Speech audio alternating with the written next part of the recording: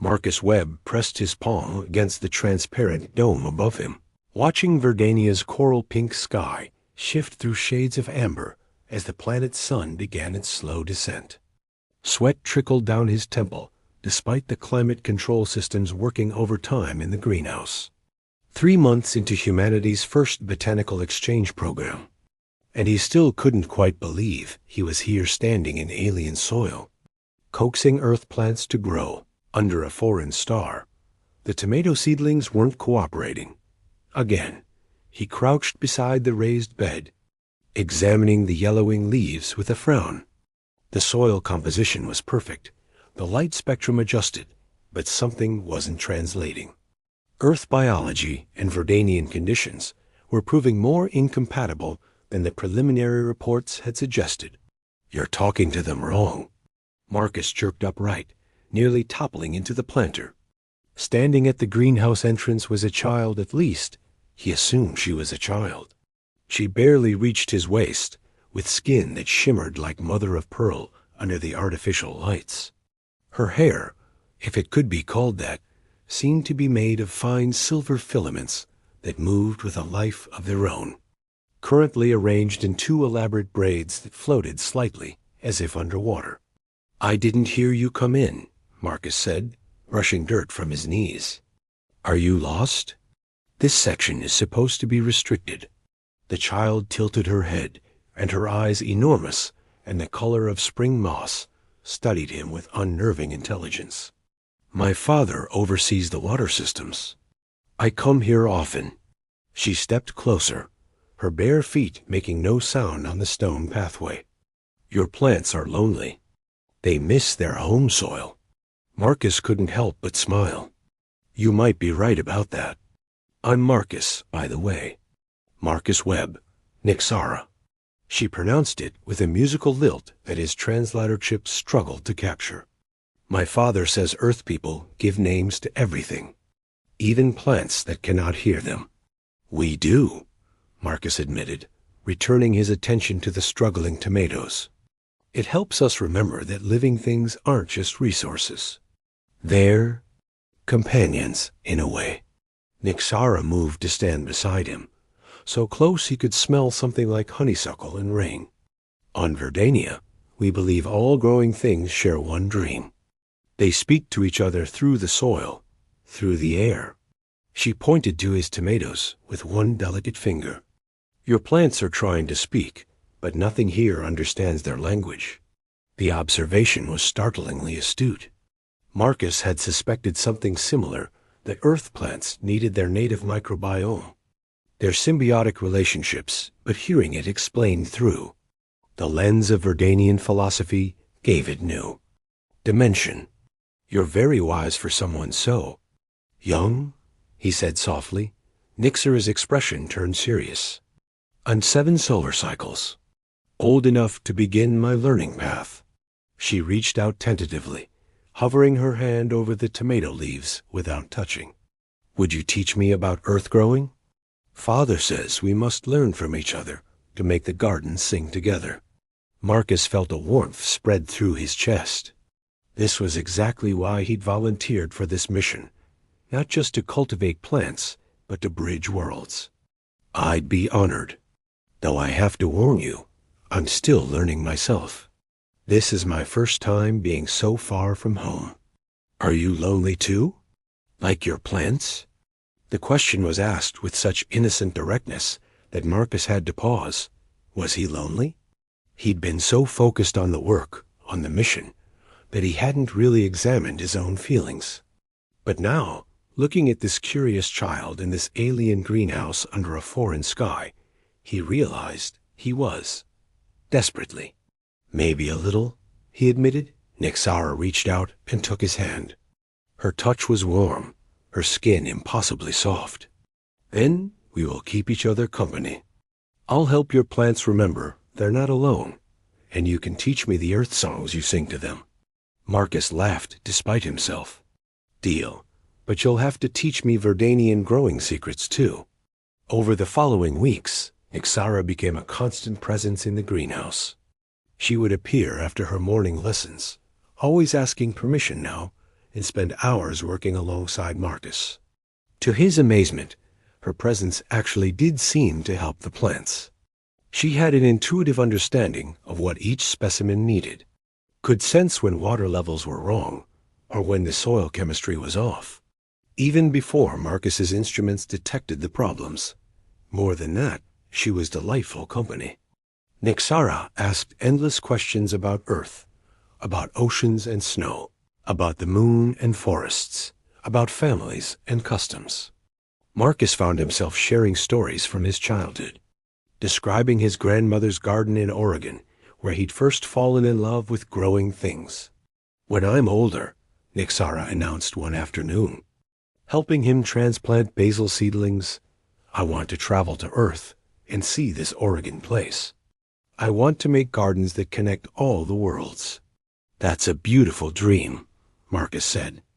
Carefully separating tangled roots, she was quiet for a moment. Then, "Marcus Webb, do people on Earth make promises?" "Of course. Promises are important to us. If I promise to make those connecting gardens, will you promise to help me? Even when I'm grown?" Marcus smiled at her earnestness. Children everywhere seemed to operate on the same wavelength, full of grand dreams and absolute certainty. "I promise that if you dedicate yourself to becoming a master gardener, I'll be there to help you make gardens that connect the worlds." Nixara's eyes went very wide, and her silver hair filaments lifted and spread like a peacock's tail, an expression Marcus had learned meant joy. "You promise? Truly?" "Truly," he said, charmed by her excitement. "Cross my heart." She flung her arms around his waist in an impulsive hug.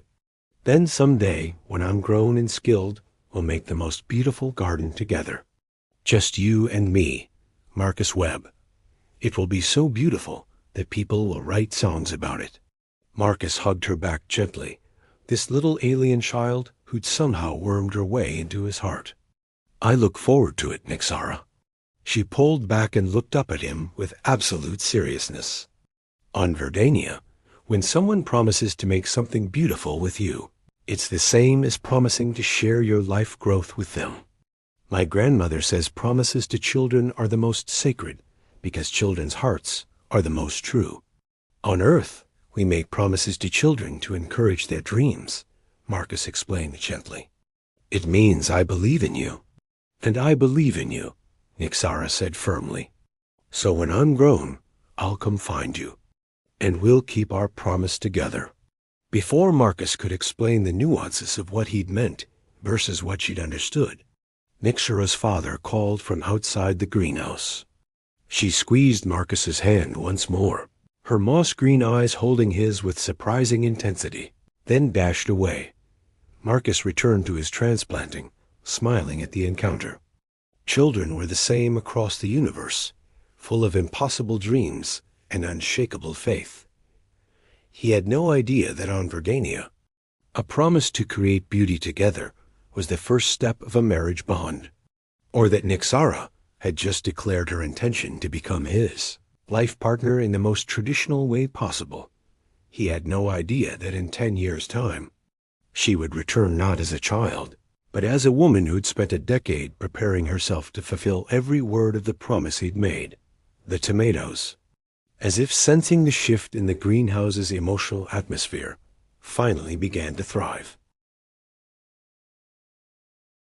Marcus Webb stood in the central pavilion of what was now called the Harmony Gardens, reviewing the quarterly reports on his tablet.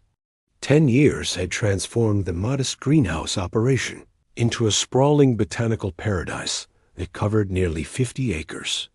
Earth plants and Verdanian flora grew in carefully orchestrated sections, each zone a testament to cross-species cooperation and scientific achievement. At 38, Marcus had earned his silver hair, or at least the few strands that had started appearing at his temples. The work had been demanding, but rewarding beyond measure. He'd published 3 books on xenobotany, trained dozens of researchers from both worlds, and created something that would outlast him by centuries. Yet standing here among the thriving gardens, Watching earth roses climb alongside Verdanian shimmer vines, he felt that familiar hollowness. Success in his professional life had come at the cost of his personal one. Brief relationships, both with human colleagues and adventurous Verdanians, had never quite taken root. He was married to his work, as his mother liked to remind him during their monthly video calls. Marcus Webb. The voice was like music familiar, yet transformed. Carrying harmonics his translator couldn't quite capture. He turned, and the tablet slipped from his fingers, clattering against the stone pathway. Standing before him was a Verdanian woman who seemed crafted from moonlight and dreams. She was tall, nearly matching his 6 feet, with the characteristic pearl shimmer skin of her people. But there was something about her that transcended mere beauty. Her silver hair wasn't bound in childish braids, but flowed freely past her shoulders, moving with that signature underwater grace. She wore a gown of living plants, flowers that shifted colors with her breathing. And around her neck hung the Master Gardener's seal, crystal that denoted the highest rank in Verdanian horticulture. But it was her eyes that made his heart stutter. Moss green, enormous, and fixed on him with an intensity that made him feel like the most important thing in the universe. Nixara? His voice came out hoarse. Her smile could have powered solar arrays. You remember. I wasn't certain you would. Marcus struggled to reconcile this ethereal woman with a 7-year-old child who used to help him. Transplant basil. You've grown. I promised I would. She moved closer, and he caught that scent he'd never quite forgotten, honeysuckle and rain, now mixed with something else, something that made his pulse quicken. 10 years, Marcus Webb. I've spent every day preparing for this moment. A figure emerged from behind her, a Verdanian male with broader shoulders and protective stance. His silver hair was shot through with threads of gold, marking him as warrior caste. Sister, perhaps you're moving too quickly. The human looks unwell. I'm fine, Marcus managed, though his heart was hammering. Just ... surprised. Nixara, what are you doing here? Fulfilling our promise. She gestured around the gardens. You said when I became a master gardener, we would create gardens that connect the worlds, together. She emphasized the last word with unmistakable meaning. The protective brother stepped forward, extending his arm in the Verdanian gesture of greeting. Torin, elder brother to Nixara. I've come to ensure my sister's intentions are understood and respected. Marcus gripped Torin's forearm, feeling the surprising strength there. I'm honored to meet you, but I think there might be some confusion about the promise you made. Nixara interrupted, producing a small holographic recorder from within her gown of flowers. I kept the recording. Would you like to hear your exact words? Marcus's stomach dropped as his own voice played back. I promise that if you dedicate yourself to becoming a master gardener, I'll be there to help you make gardens that connect the worlds. And her response, then someday, when I'm grown and skilled, we'll make the most beautiful garden together. Just you and me, Marcus Webb. His own voice again, warm with affection. I look forward to it, Nixara. I don't understand, Marcus said slowly. Yes, I promise to work with you. But on Verdania, Torin explained, his tone carefully neutral. When someone promises to create beauty with another, especially to a child, it's recognized as a declaration of eventual union. You promise to make gardens with her, only her, together. That's a bonding promise. Marcus felt the ground shift beneath his feet. But I didn't know. I was just encouraging a child's dream. On Earth, we don't, I know. Nixara's voice was gentle, understanding. She moved closer, close enough that he could see flecks of gold in her green eyes. I've spent 10 years studying Earth customs, Marcus. I know that you didn't understand the full meaning of your words. But I also know that promises matter to your people too. And I know that intentions, even misunderstood ones, can grow into something real. Nixara, You can't have spent 10 years preparing for a relationship with someone based on a childhood misunderstanding, can't I? Her smile turned challenging. Tell me, Marcus Webb, in these 10 years, have you bonded with anyone? Have you found someone who shares your passion for growing things, who understands the poetry you see in soil and seed? The question hit too close to home. Marcus looked away, his gaze falling on a hybrid rose he'd developed, Earth genetics merged with Verdanian resilience. My work has kept me busy, as has mine. Nyxara gestured, and her flower gown shifted, revealing the intricate tattoos that marked her arms, each one representing a mastery she'd achieved. I've studied on 4 worlds, learned 17 different agricultural systems, mastered the cultivation of plants that others said were impossible to domesticate. I did all of this to be worthy of the promise between us. But there is no promise, Marcus said, though his conviction wavered. Not in the way you mean. Torin cleared his throat. Perhaps we should discuss this in a more private setting. The garden workers are beginning to stare. Marcus glanced around and realized they'd attracted an audience, both human and Verdanian staff members watching with undisguised curiosity. Heat crept up his neck. Right, yes, my office. Actually, Nyxara said, taking his hand with the same casual confidence she'd shown as a child, I was hoping you'd show me what you've built here. Walk with me through your gardens, Marcus. Let me see what you've grown in the time we've been apart. Her touch sent electricity through his arm. Marcus knew he should pull away, should establish boundaries, should explain again that this was all a mistake. Instead, he found himself saying, All right, let me show you the hybrid section first. I think you'll appreciate what we've accomplished there. Torin fell back, giving them space but maintaining a watchful presence. As they walked, Nyxara kept her hand in his, her fingers intertwining with his, in a gesture that felt both foreign and perfectly natural. These are the resistance hybrids, Marcus explained, stopping beside beds where earth vegetables grew with silver-veined leaves, a Verdanian trait that enhanced photosynthesis. We've managed to create crops that thrive in either world's conditions. The tomatoes that wouldn't grow when you were little? Their descendants are now feeding colonies on 3 planets. Nyxara knelt beside the plants, her free hand hovering over the leaves in that same gesture he remembered from a decade ago. They're singing, she whispered. Can you hear it? The harmony between 2 worlds in their cells. Marcus didn't hear anything, of course, but he understood what she meant. The achievement these plants represented, the bridging of 2 biologies, was indeed something like song. It took years to perfect. There were hundreds of failures before we found the right genetic combinations. But you never gave up. Nyxara stood, turning to face him fully. That's what I admired about you, even as a child.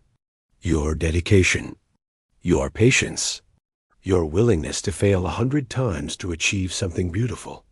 Nyxara, I'm not a child anymore, Marcus. Her voice was low, meant only for him. I understand that you didn't mean your promise the way I received it. But I'm asking you now, as an adult who has proven herself worthy, give me 1 season. 1 Verdanian growing cycle, that's 3 Earth months. Let me work beside you as an equal, not as the child you remember. Let me show you what we could create together. And if at the end of 3 months, there's nothing between us, Marcus asked, though his heart was already betraying him, racing at her proximity, then I'll return to my life on Verdania, and we'll part as respected colleagues. No obligations, no dishonor. She squeezed his hand. But if there is something, if you feel even a fraction of what I've felt growing over these years, then we explore it honestly. Together. It was a reasonable request. More than reasonable, given the cultural misunderstanding involved. Marcus knew the diplomatic answer would be to accept, to give her the time she asked for while maintaining professional distance.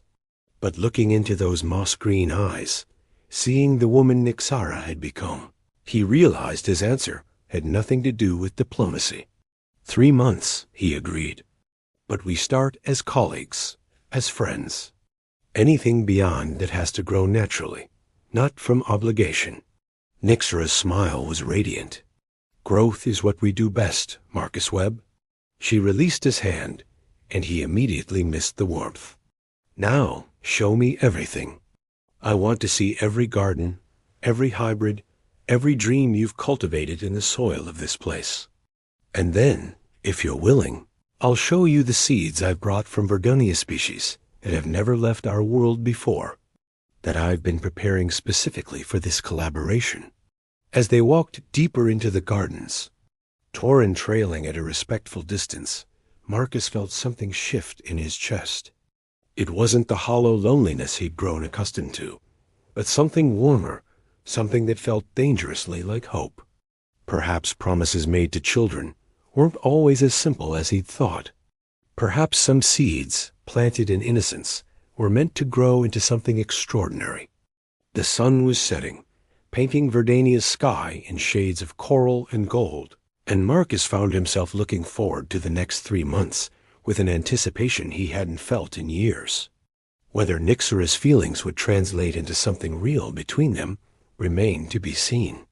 But for the first time in a long time, Marcus Webb was willing to take the risk and let something grow.